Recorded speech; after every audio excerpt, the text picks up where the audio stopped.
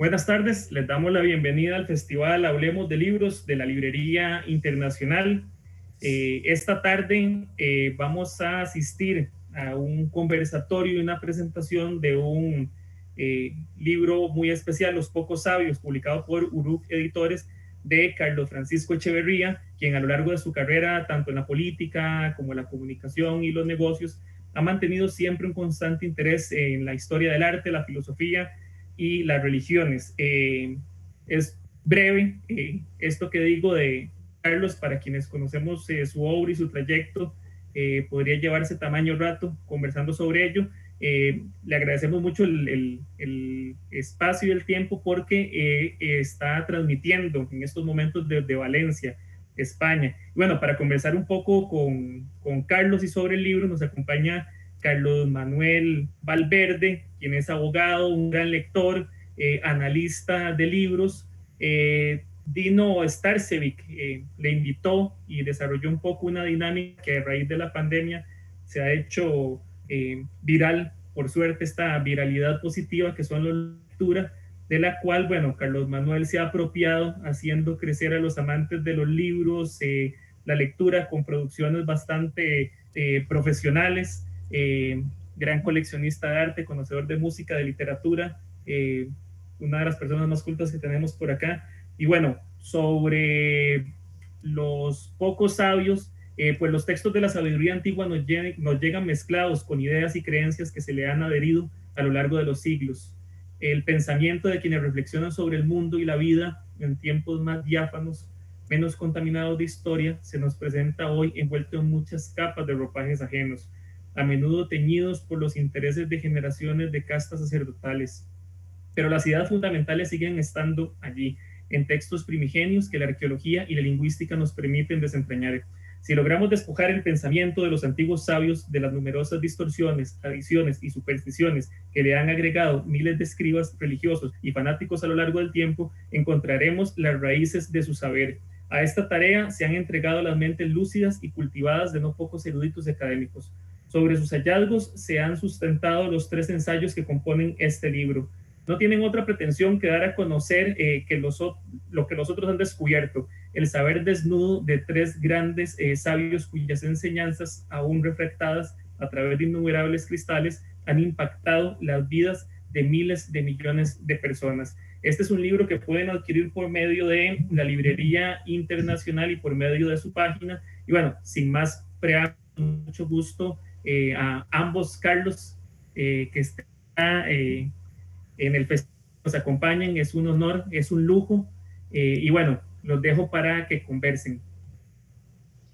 Muchísimas gracias por la invitación, Juan. Al contrario, para nosotros, yo creo que tanto para Carlos Manuel como para Carlos Francisco, es un gran gusto estar por aquí y para mí en particular poder conversar de mi libro con Carlos, que sé que lo leyó con interés y con cariño, y que es una persona con una visión muy amplia de las cosas, de la cultura y del espíritu. Ahí lo está bien maltratadito, así como tiene que ser. Yo creo que puede ser una conversación interesante y que yo espero que todos disfrutemos, además, eso es lo más importante. Así que, Carlos, estoy en tus manos para lo que se te ocurra sobre el libro. Espero que sean buenas manos. Yo conocí a Carlos Francisco hace muchos años en unos cursos que daba sobre arte.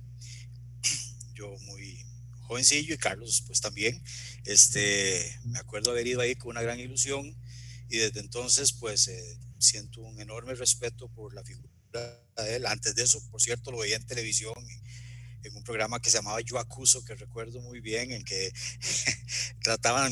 ponían en debate temas interesantísimos pues, de actualidad y de todos los tiempos. Y entonces, desde ese momento, pues, he seguido a Carlos en sus distintas actividades y afortunadamente logré desarrollar también una amistad con él y pues esta versión de Carlos como escritor y como investigador y como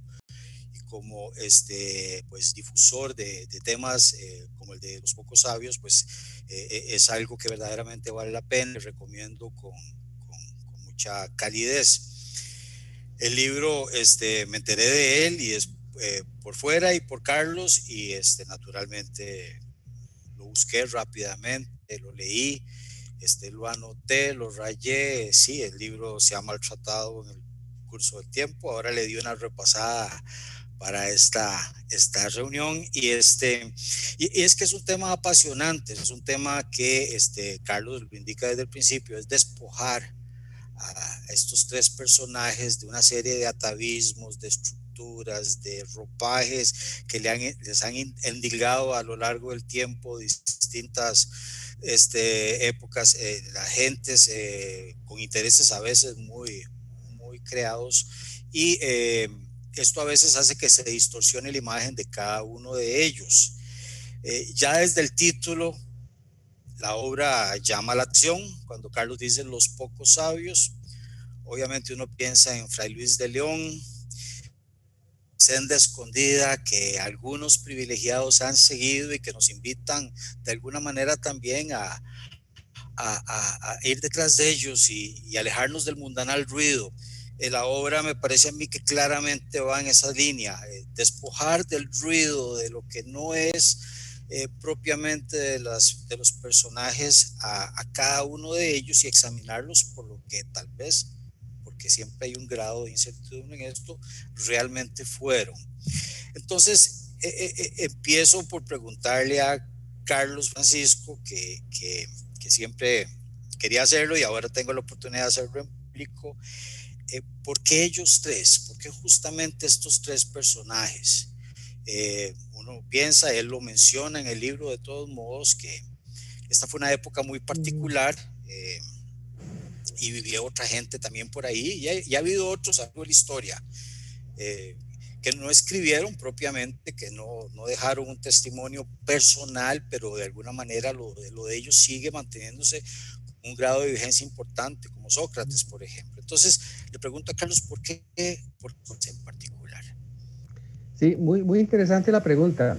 Vamos a ver, ese periodo de más o menos el siglo V antes de Cristo es conocido desde que Karen Armstrong lo designó así en uno de sus libros. Karen Armstrong es una gran historiadora de las religiones, como la era axial. La era axial, una era, es decir, axial en el sentido de que hay un eje en torno al cual gira de alguna manera, se da un giro en el pensamiento de la humanidad.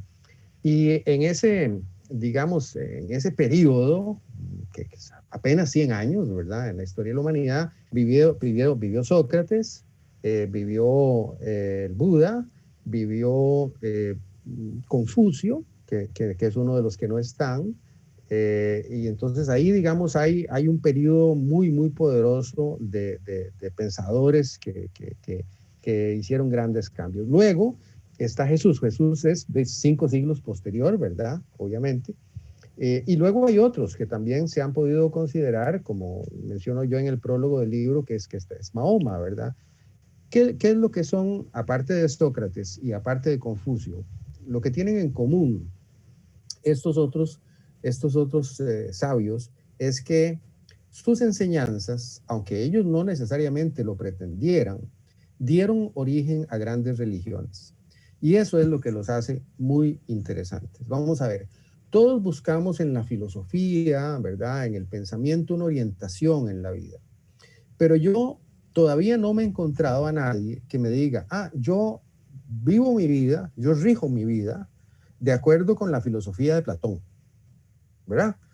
Digo, uno puede conocer a gente que ha leído a Platón o que a través de, obviamente, a Sócrates, filósofos, estudiosos y gente, y no hay duda de que ellos, Sócrates, Platón, Aristóteles, los grandes filósofos griegos, han influido a través de los estudios académicos en todo el pensamiento occidental. Pero uno no se encuentra en la calle con alguien que le diga, mira, yo rijo mi vida, mis principios, yo vivo mi vida cotidiana en función de la filosofía de Sócrates. En cambio, uno sí se encuentra a cualquier persona en la calle que le dice, yo vivo mi vida de acuerdo con las enseñanzas de Jesús. Y si viaja un poquito, se va a encontrar con alguien y sin viajar también, que le dice, yo vivo mi vida de acuerdo con la enseñanza del Buda. Y si vas a China, te vas a encontrar cientos de millones de personas que dicen ser seguidores de Lao Tse. Entonces, eso es lo interesante. O sea, ¿Qué hay en el pensamiento, en el mensaje, en las palabras de estas tres personas que hace que miles de millones de personas, si lo contamos, ¿verdad?, históricamente, por lo menos crean regirse por el pensamiento de ellos? Esa es la gran diferencia que encuentro yo entre estos tres pensadores y, por ejemplo, alguien como uno de los grandes filósofos griegos, que merecen, por supuesto,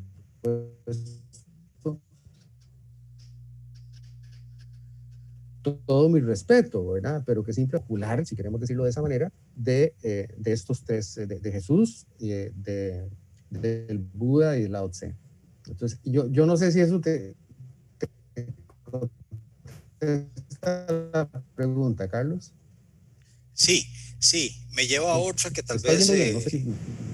No sé si... se queda un poquito a veces la voz, pero no sé por qué, por lo menos yo así la oí.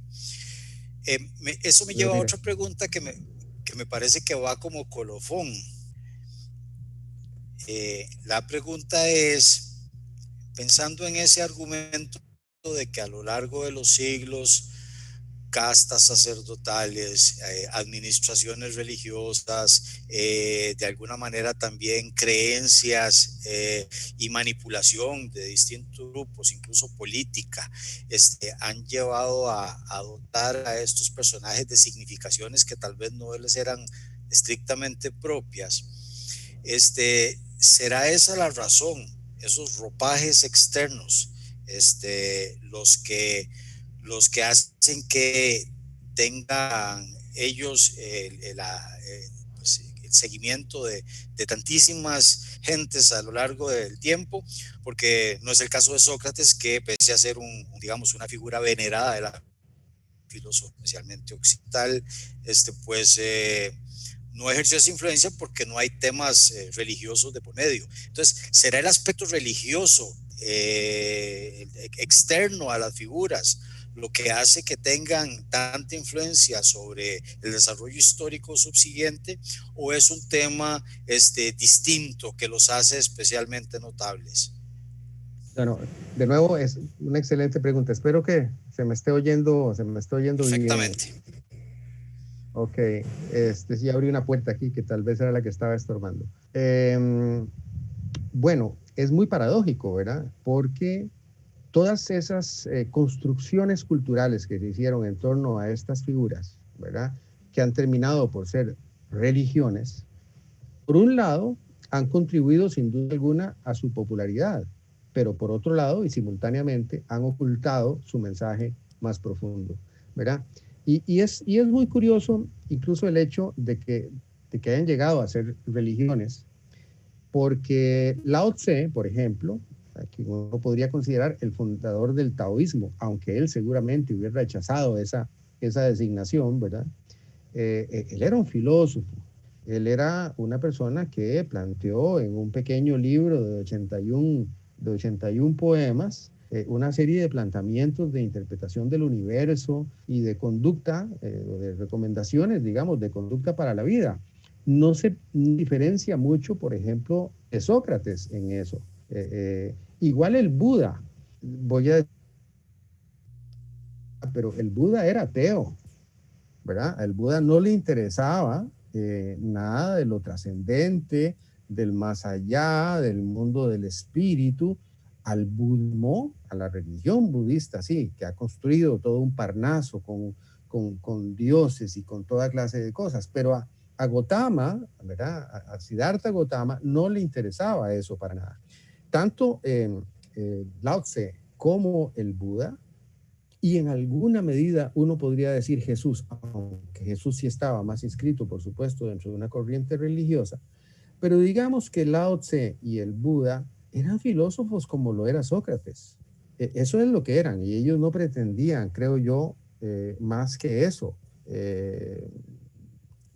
Pero bueno, ocurrió que su mensaje fue recogido por una serie de discípulos devotos que no solamente lo divulgaron, sino que además con el paso del tiempo y sucesivas generaciones llegaron a designarlos como dioses. Es decir, a decir, finalmente al Buda se le reverencia en el budismo como a una especie de semidios, ¿verdad? Es más, en realidad en el budismo ocurre una cosa muy curiosa porque al Buda se le ve como superior a los dioses, ¿verdad? Se concibe la existencia de dioses en distintas ramas del budismo, hay muchas, pero el Buda se le ve como un ser superior a los propios dioses, ¿verdad? Lao Tse fue deificado, o sea, convertido en Dios como 400 años después de su muerte. Antes de eso era filósofo, ¿verdad? Y de ahí incluso surgen dos corrientes muy diferentes en el taoísmo, que son el taoísmo filosófico y el taoísmo religioso, que son dos cosas muy, muy distintas. Sí, eso que decís tiene mucho sentido.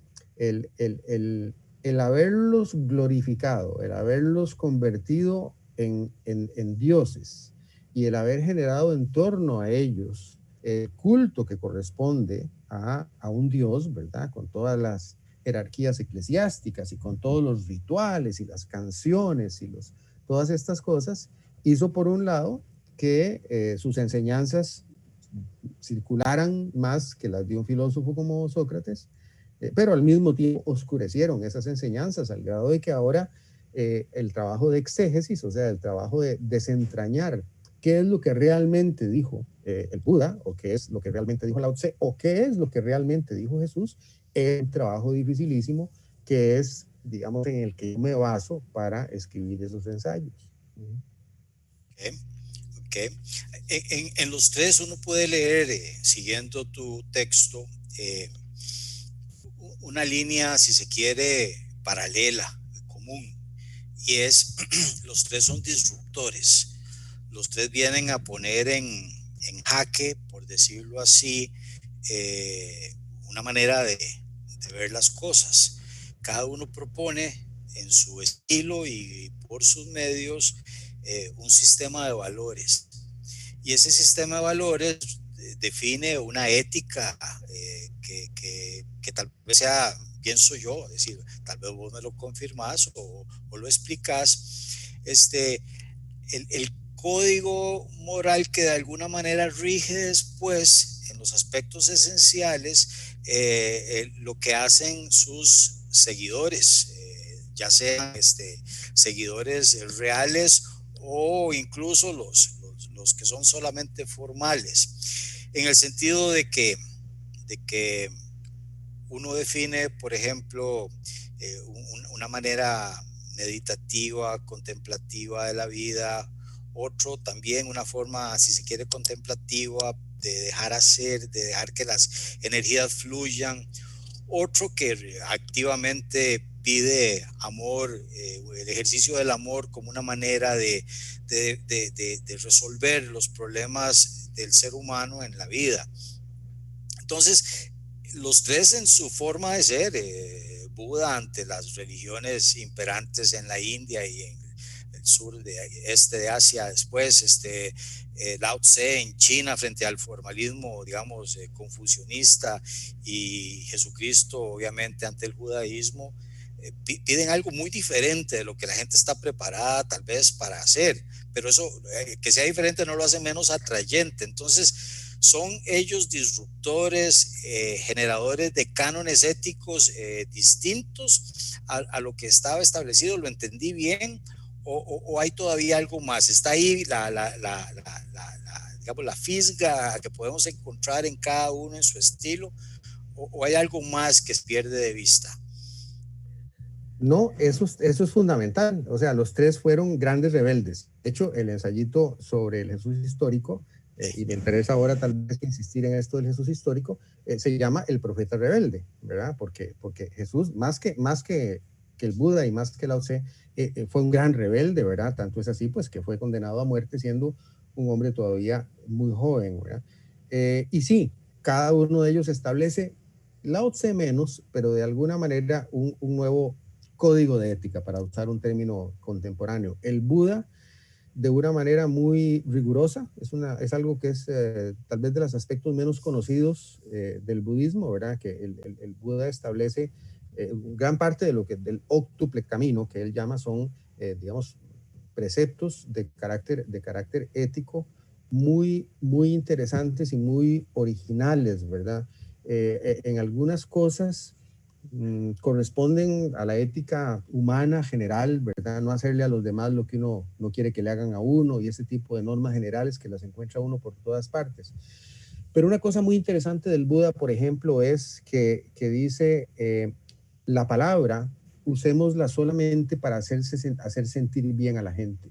O sea, un precepto muy importante de la recta expresión, así se dice en el canon, en el octuple camino, es si vas a decir algo que ofenda, ¿verdad? O que perturbe, no lo digas. Ahora uno ve eso, hay unos, no sé, memes o estas cosas que salen a veces en redes sociales que dicen algo similar. Bueno, eso es un principio budista, ¿verdad?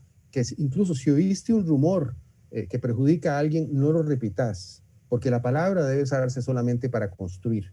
Ese es un principio ético del Buda, me parece muy interesante, muy valioso. Ojalá repitiera más.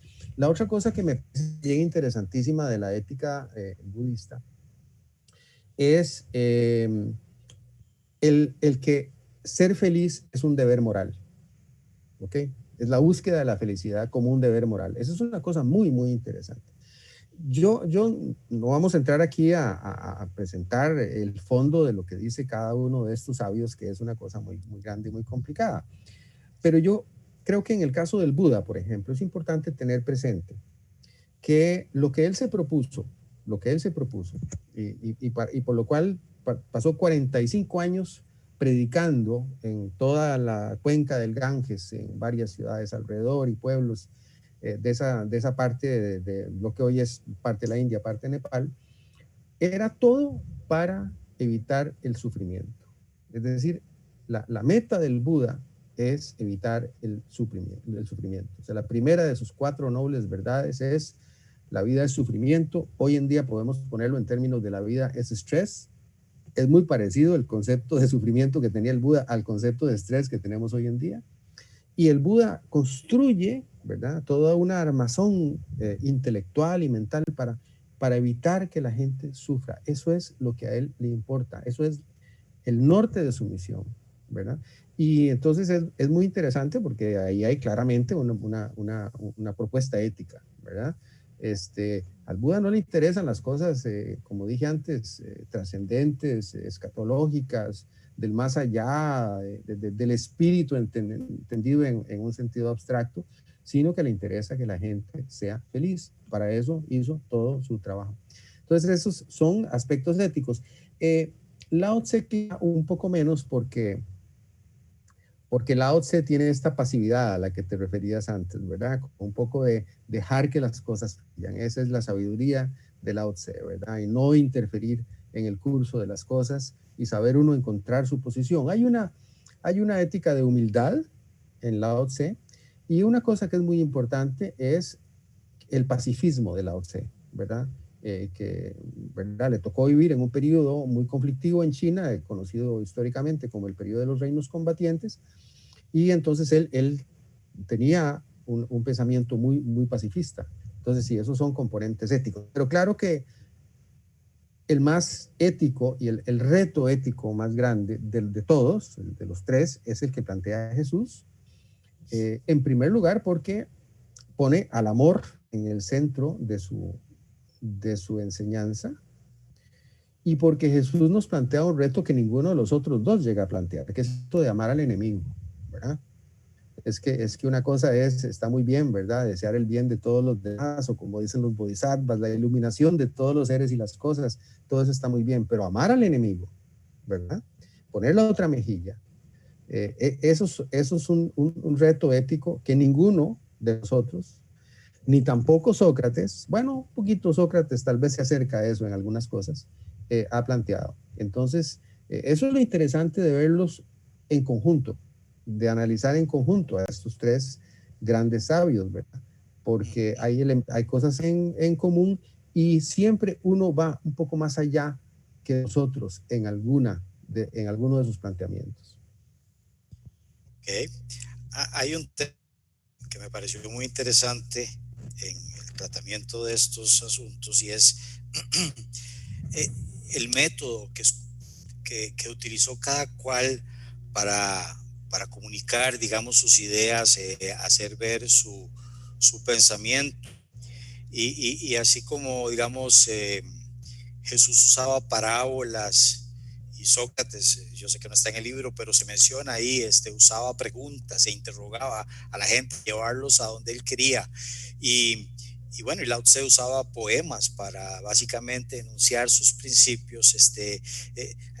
Los tres usaron formas de comunicación que no son usuales. Claro, ninguno escribió un libro, ninguno dejó un tratado sobre su pensamiento. Me parece llamativo eso, porque probablemente de esa manera uno quedó más abierta la interpretación luego de todo lo que se recopilaría como ese pensamiento en cada cual, pero también quedó muy directo al nivel de la gente, de la gente del pueblo que los escuchó, aquello que ellos decían, ese mensaje, no sé si será por eso también que tiene más vigencia, es más directo. Y me pareció interesante hacer digamos, llamar la atención sobre eso, porque todos nosotros, particularmente los occidentales, siempre estamos muy claros de que queremos algo. Bueno, ahora vamos a buscar en internet, se usa también, pero vamos a buscar el libro donde se dice eso. ¿Cuál es la autoridad que puedo citar al respecto? Aquí eso no vale, es un mundo diferente, ¿no? Sí, así es, aunque se dice que Lao Tse escribió, o sea, a ver, la verdad oficial, por decirlo así, es que Lao Tse escribió de su propia mano, de su puño y letra, los 81 poemas del Tao Te Ching. Hay una leyenda muy linda, ¿verdad?, de que él, después de haber sido bibliotecario en el estado de Tsu, se retira, y cuando ya se está retirando y va decepcionado por las costumbres de los hombres, decide retirarse del mundo. Cuando llega a la frontera, ¿verdad?, un guarda de frontera le dice que antes de irse, ¿por qué no le pone toda su sabiduría por escrito? Y entonces ahí es donde Lao Tse pacientemente se sienta y escribe el libro de los 5,000 caracteres chinos, que son 81 poemas del Tao Te Ching. Sin embargo, eso pues hoy en día está muy en cuestión. Básicamente se entiende que el Tao Te Ching fue escrito en 2 etapas diferentes. No se sabe si por un autor original y luego otros autores complementarios, o por 2 autores en distintos momentos. En fin, no hay una certeza sobre eso, es una investigación que está pues en curso todavía. Pero más allá de libro o no libro, yo creo que está señalando un tema muy interesante, y es que los 3 se expresaron en forma elíptica, no directa, ¿verdad?, sino que deja un espacio para la interpretación, para la imaginación, para la intuición, ¿no? En el caso de Lao Tse, eso es interesantísimo porque ha dado lugar entonces a no sé cuántos miles de traducciones del Tao Te Ching, ¿verdad? Una de las cosas que me llevaron a mí a emprender la investigación sobre Lao Tse es que yo pues tenía un ejemplar que lo tengo todavía muy lindo, de una versión en inglés del Tao Te Ching, y de pronto vi otra y era algo completamente diferente, y veo otra y era algo de nuevo completamente distinto. Entonces yo dije, bueno, pero ¿qué es esto? ¿Cuál es el verdadero Tao Te Ching, verdad? Por eso, ¿verdad? Porque es una cosa, más aún habiendo sido escrito, en chino, que a la hora de traducirlo a cualquier idioma occidental, pues es una cosa que permite mucha amplitud de interpretación. En el caso de Jesús, las parábolas son eso. Yo incluso me hago la pregunta en el ensayo, ¿por qué Jesús, que estaba tratando de transmitir verdades tan profundas y que le estaba hablando a campesinos, estaba hablándole a gente de muy poca educación, probablemente analfabetos, la inmensa mayoría, ¿por qué escogió forma, uno diría, un poco complicada, ¿verdad? La parábola tiene un contenido metafórico, hay que interpretarlo. Bueno, yo creo que ahí estaba parte de su sabiduría. Lo cierto es que el efecto a largo plazo ha sido eso, ¿verdad? De que como se hace posible toda esa riqueza de interpretación, bueno, tenemos 2,000 años en el caso de Jesús, 2500 años en el caso de Lao Tse y del Buda, de estar interpretando lo que ellos dijeron. Entonces, en realidad, pues es algo que ha enriquecido mucho la herencia que nos dejaron, aunque también la ha oscurecido, y ese es parte del problema, ¿verdad? Claro. En alguna parte, no, ya sé, en Lao Tse, vos analizas a la figura como el sabio, y la perspectiva del sabio, y surge una dicotomía que me parece podría aplicar a los demás, y que hace de alguna manera también referencia a Platón, y es el sabio que define cómo se debe actuar, cómo se debe comportar la gente. Platón hablaba de un estado regido por filósofos, ninguno de ellos llega a tanto, pero qué sé yo, se ve claramente una diferencia entre la función del sabio, el que nos da pautas de vida, etcétera, y la función del héroe, que es a veces lo que la gente espera.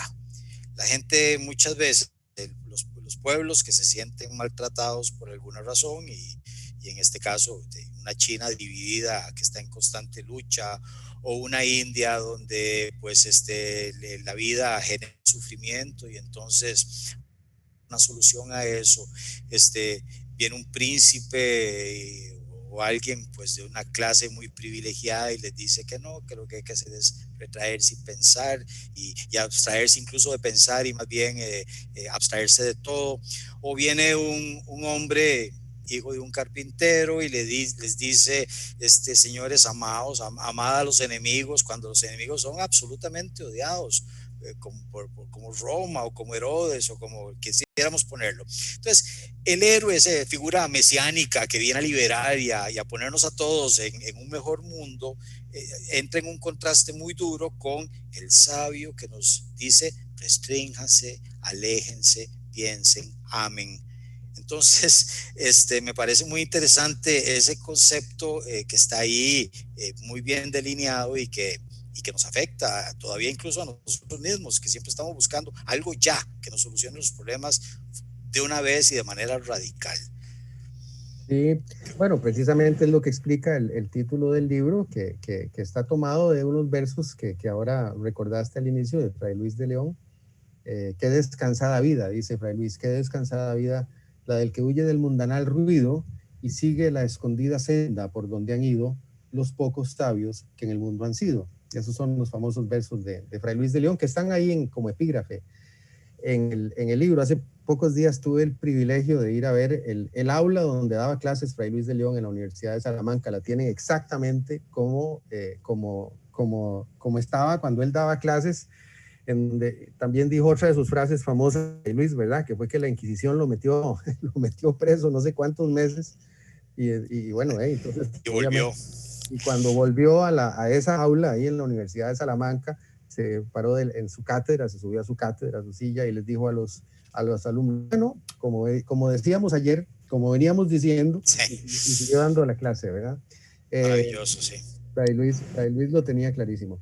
Entonces sí, bueno, esa es la diferencia, y eso es una cosa interesante, o sea, eso es lo que explica que no hubiera un cristianismo judío, porque en Palestina, en Israel, el pueblo hebreo lo que esperaba era un Mesías, es decir, y en hebreo, el Mesías es un libertador, y es un libertador político. Ellos lo que tenían, la expectativa que tenían, era de que viniera un héroe, efectivamente, un Mesías, que los liberara del yugo romano.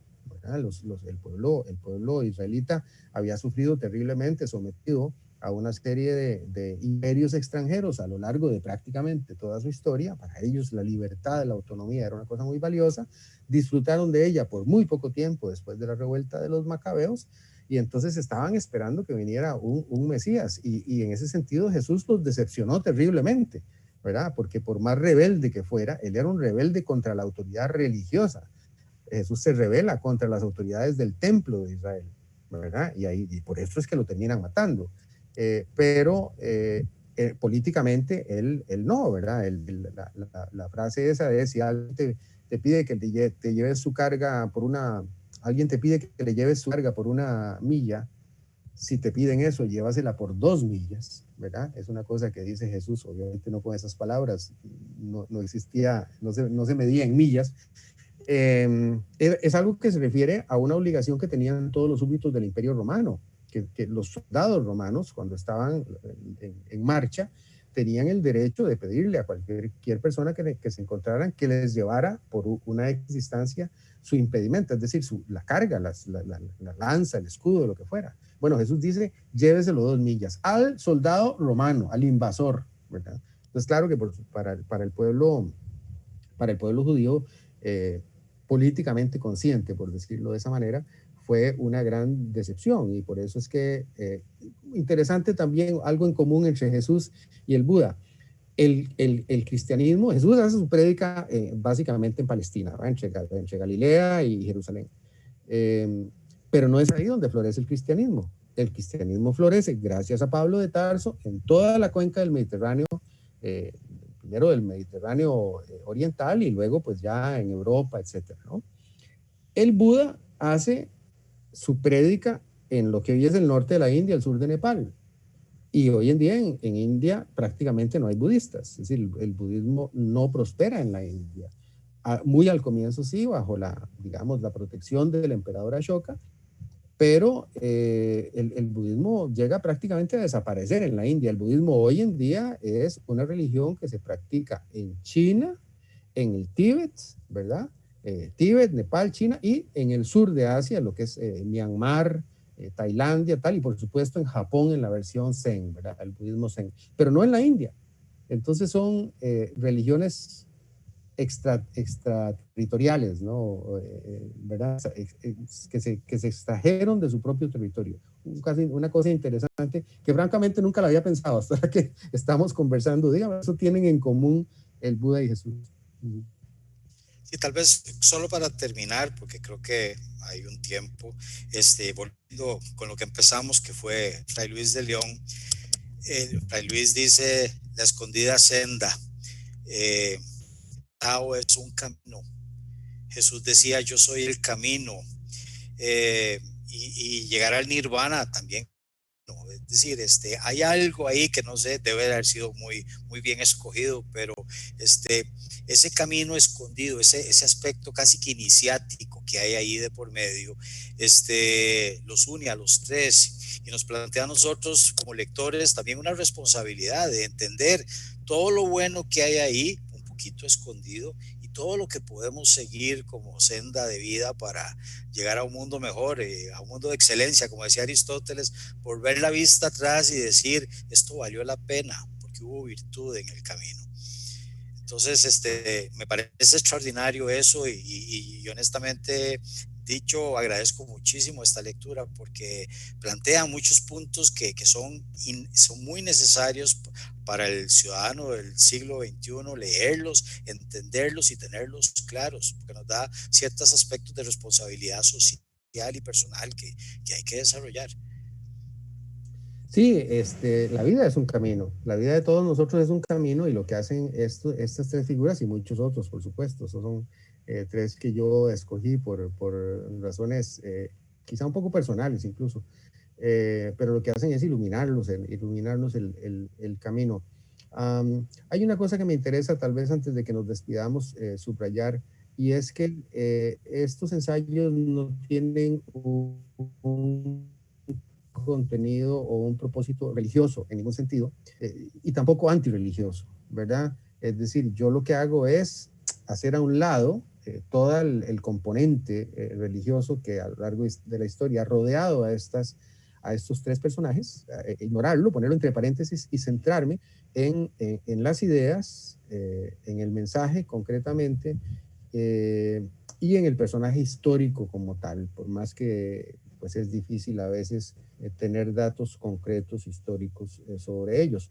Entonces, eso me interesa porque habrá personas que puedan, porque tienen convicciones religiosas de cualquier tipo, o sea, que son budistas o que son cristianos, tener un recelo, digamos, respecto de de los ensayos, o por el contrario, tener quizá la expectativa de que esos ensayos puedan agregar algo a su fe religiosa. Y no es así, ¿verdad? Es un enfoque histórico, racional, filosófico.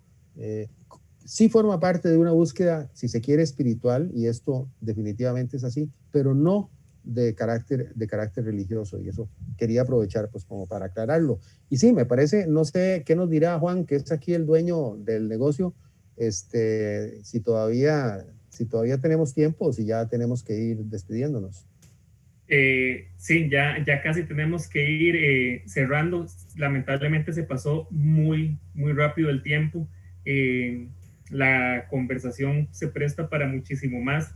No dejé de pensar cada vez que iban y venían en este diálogo, reflexionando sobre una figura particular que, bueno, es más de la época moderna, que es Krishnamurti, el Mesías formado que renuncia a ser Mesías, que es una cosa súper particular, y que, bueno, tuvimos acceso, y que, bueno, él sí dejó un material escrito, si hay más registros, pero como es parte de estas enseñanzas, y bueno, yo creo que la renuncia después de todo su entrenamiento, y bueno, que eso lo deja claro, a los pies del maestro, es un punto fundamental en la praxis de todo esto que estaban comentando.